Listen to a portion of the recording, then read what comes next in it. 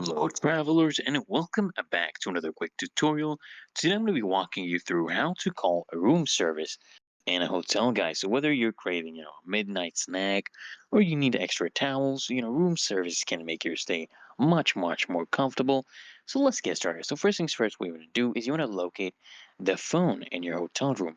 Most hotels provide a landline phone, usually placed on the bedside table or desk. So you want to look for the room service number next.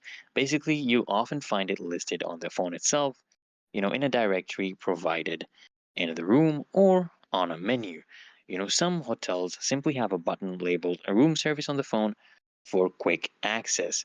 So, next, guys, what you want to do is you actually want to dial the number or you want to press the room service button. So when you're connected, you want to let the staff know what you actually need. For food orders, it's actually helpful to reference the menu and specify maybe any dietary preferences or allergies that you might have.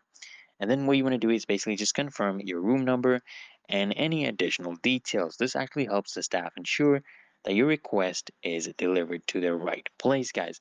And then what you want to do is just wait, okay? Just wait for the order or a request to arrive. Delivery times can vary depending on the hotel and the time of the day, but most hotels will give you an estimated wait time.